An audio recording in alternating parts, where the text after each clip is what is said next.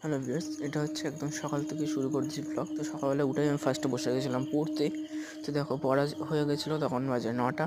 তো এবার আমি উঠে চলে এলাম, উঠে এবার দেখো স্নান টান করে রেডি হয়ে চলে এসেছি স্কুল যাবো বলে।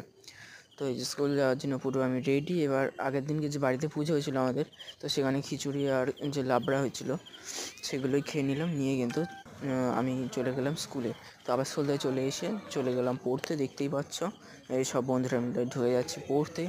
তারপরে যে পড়াও ছুটি হয়ে গেছিলো, তারপর সাইকেল চালাতে চালাতে চলে আসলাম বাড়ি, দেখতেই পাচ্ছ। তারপরে এই যে পরের দিন, এটা সকালের ভিডিও।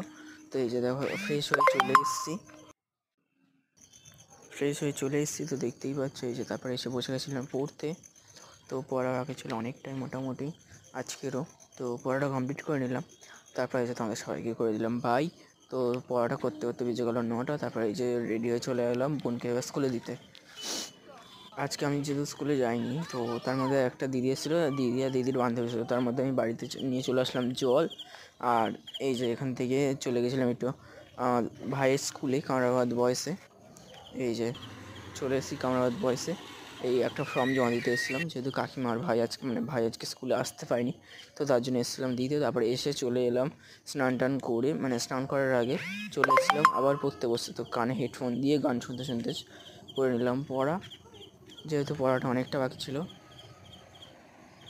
তো দেখতেই পাচ্ছ। তো তারপরে এই যে পড়াটা করতে করতে তারপর খেয়ে নিয়েছিলাম, স্নানটা করে চলে আসার পর এবার খেয়ে নিয়েছিলাম। অনেক কিছু দিয়ে আজকে ছিল তরকারি, ভাত, উচ্ছে আলু ভাজা, একটা মাছের চচ্চড়ি, তারপর মাছের ঝোল ছিল। তো এগুলো দিয়ে খেয়ে নিলাম। তারপর আবার বসে গেছিলাম পড়তে।